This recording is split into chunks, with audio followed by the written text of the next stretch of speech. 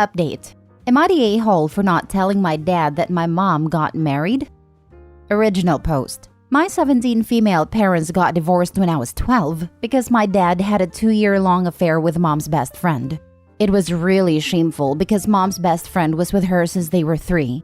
My mom had been pressured by dad's family that she forgives him, but instead, mom decided to divorce him. A lot of the family members actually stopped talking to my mom because of this, and some of her friends also took her BFF's side. For this reason, mom was very devastated. Over the years, she has been to 2 different therapists for the trauma she had.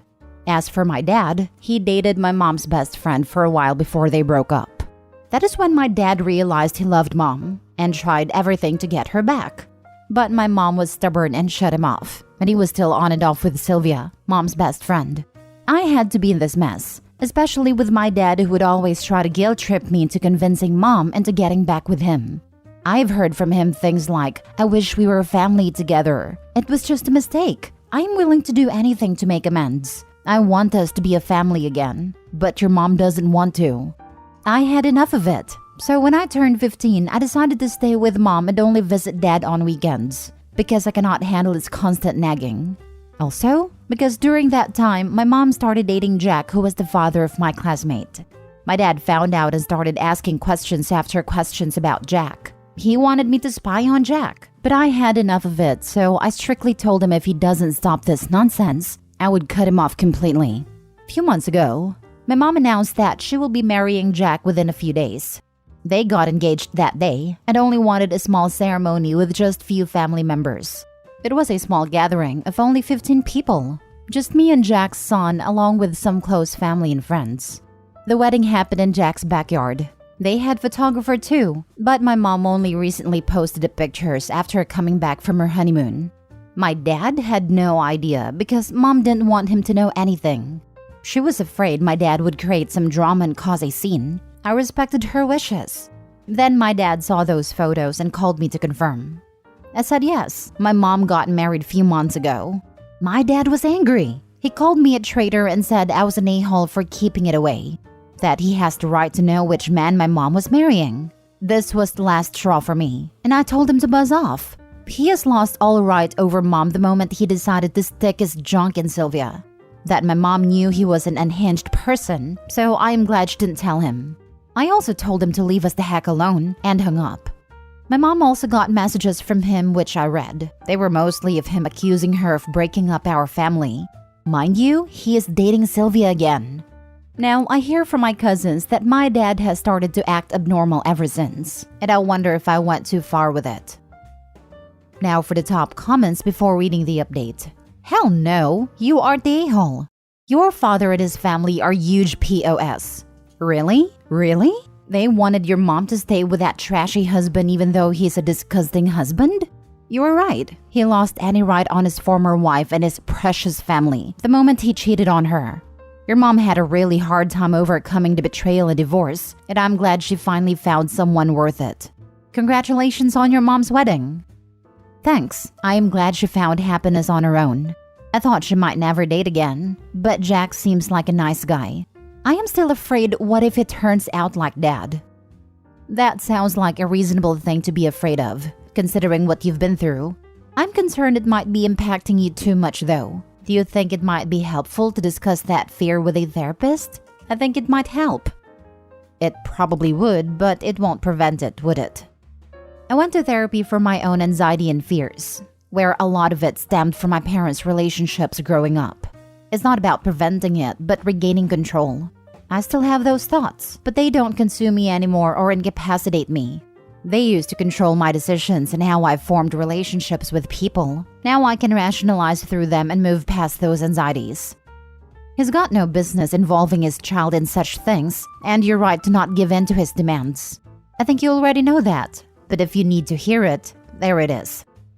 I don't know if it is right or wrong to let your ex-spouse know if you are getting married. I don't know the protocol. I just respected what my mom asked me to do since she didn't want many people to know about the wedding. You did the right thing. The only valid reason for him to care would be knowing who is around his child. That would be his job to ask her directly, and clearly that is not why he cares. He shouldn't be asking you to report on her personal life. Now for the update. So something weird has happened. A few days ago, Sylvia came to my mom's house. I was there. She was shouting at mom and said that she's stealing her man, my dad, away from her. She literally said, "You already had your fun with him. Why can't you just leave him alone?" My mom just told her to get lost. But then Sylvia went on a rant about how much better she is than my mom, and even threatened that she would sleep with her new husband as well. My mom told her if that ever happens, she will be doing her a favor by taking the trash out, and she trusts Jack would never hurt her. Mom then threatened to call the police on Sylvia that eventually made her leave the property. As much as I hate the drama, I must say watching that wretched woman have a meltdown because my dad was still hung up on my mom is precious. Apparently, Dad dumped Sylvia again in hopes that Mom would see that he is dedicated to win her back. Who knows how long that will last. My dad also got into a fight with a random person in a bar because he was drunk. I guess he is still coping with the feeling that Mom is not going to be with him anymore. Thank God the guy didn't press charges. I had a heart-to-heart conversation with him. At least I tried to. I asked him if he is so in love with Mom, why did he cheat? And his answers were illogical. He said that as a man, it is hard to control the urges. At that time, Sylvia was flirting with him and he took a shot. He thought it would only be once and then he will dump her. But it went on for a long time. He said I won't understand it because I am not a man. A man can cheat but still love his wife and would die for his wife. He loves my mom, but he still has urges to be with other women. This conversation was going nowhere, so I didn't ask much. I just told him I hope his son-in-law doesn't treat me the way he treated my mom. He never gave me an answer to that. I still can't believe he would, to this day, think he's the victim. Anyways, I'm thinking about moving in with Mom permanently. I know Sylvia would come by his house now. Can anyone please help me understand what it means? Because I always thought you cheat because you do not love that person. Maybe I am wrong in some way. Cheaters make excuses. That's what he's doing. Anyone, man or woman, can keep it in their pants despite the temptations, if they decide to. Exactly. If you truly loved and cared for someone, you'd keep your clothes on around others. It's especially shameful that he did this with her best friend. Not only did your mom lose her husband, she also lost a sister, in a way. Win her back? Dude, she's remarried. There's no coming back from that, especially given the amount of toxic BS she's gotten since she dumped him. I hope this is the final stage of your dad's grief for this self-inflicted damage. I guess some people really feel that drama equals love and intensity, but your dad needs to get a clue that your mom isn't one of them. It was too late so many years ago, and I'm definitely Team Mom for valuing herself more than her wretched ex-husband did. Love, temptation, etc. People vary so much. I don't think we can make blanket statements. But I would say your dad loved the idea of himself that he proved wrong by his actions more than he loved your mom. I think it matters as complex as relationships that a person with this in their family history needs to talk to professionals to help sort it out and get to a healthy view of relationships, rather than listen to their toxic drama dad. If you don't, there will be lifelong effects. And I know this through experience. I especially don't get the win her back sentiment because he just openly admitted that even if he does get her back, he will still cheat on her.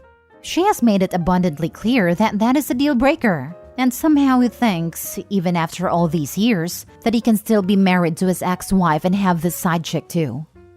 That Sylvia had always her eyes on him, and your dumb father failed on her trip because it was a huge ego boost. Thankfully, but unfortunately for him, your mother is a queen and threw him away when she found out of his affair. Something you never thought about. She moved on and found a better man. He can't handle that. The reason he went to Sylvia again is just because he is pathetic and can't stay alone. There are plenty men who are devoted and faithful to their wives, so his disgusting excuses can go to trash. Now both of them are facing karma. Your father by losing definitely your mother, and that woman never getting the man she is obsessed with. Last story. Am I the a-hole for not letting my ex take our daughter and move in with her new boyfriend? I don't even know where to start. My ex and I co-parent a wonderful 9-year-old daughter. I am not my daughter's biological father. I found out she was not mine when she was 3. I left my ex but stayed in the life of my daughter because I was already dad and the bio father was not interested. We share 50-50 custody and have been able to co-parent effectively other than the last year. About 18 months ago, my ex got mad at me for having concerns about issues when she was parenting. I won't go into detail, but our ability to co-parent broke down. She took me to court and tried to force a DNA test and have my name removed from the birth certificate to where my daughter basically wouldn't have a dad. My daughter was 7.5 years old at this time, and I've been dad since before she was born. So I got an attorney, and long story short, it did not go well for her. At all. The hearing officer was disgusted by what she was attempting to do, as my daughter knew me as dad and we had an extremely close relationship. I'm a good dad, and I was able to prove it. So I basically got to dictate the terms of the parenting plan. My child support was drastically lowered from what I was paying, and I was allowed to claim my daughter every other year for Texas. After the parenting plan was put in place, we patched things up and got into a good rhythm of co-parenting like we once had. There was no more threatening to keep my daughter from me, and my ex respected me as a co-parent a lot more because she is terrified of going back to court again. I have proof of her drinking and driving one time with my daughter in the car, with voice recording of her admitting it, as well as a few other issues that have happened since going to court. Fast forward to a couple months ago, my ex meets a guy and starts spending a lot of time with him. From what my daughter and ex tell me, he is a pretty legit guy. I have no reason to have an issue with him. I hear nothing but positive stuff about him from my daughter. Well, after dating about 8 weeks, my ex tells me that she's going to move into his house about 1.5 hours away with my daughter. This would involve uprooting her from everything she's known, moving her farther away from me and having her change schools to a much more inferior school. My ex has a terrible track record with guys and has been in several harmful relationships. One of the men beat her so bad that he was one of my state's most wanted fugitives for what he did to her.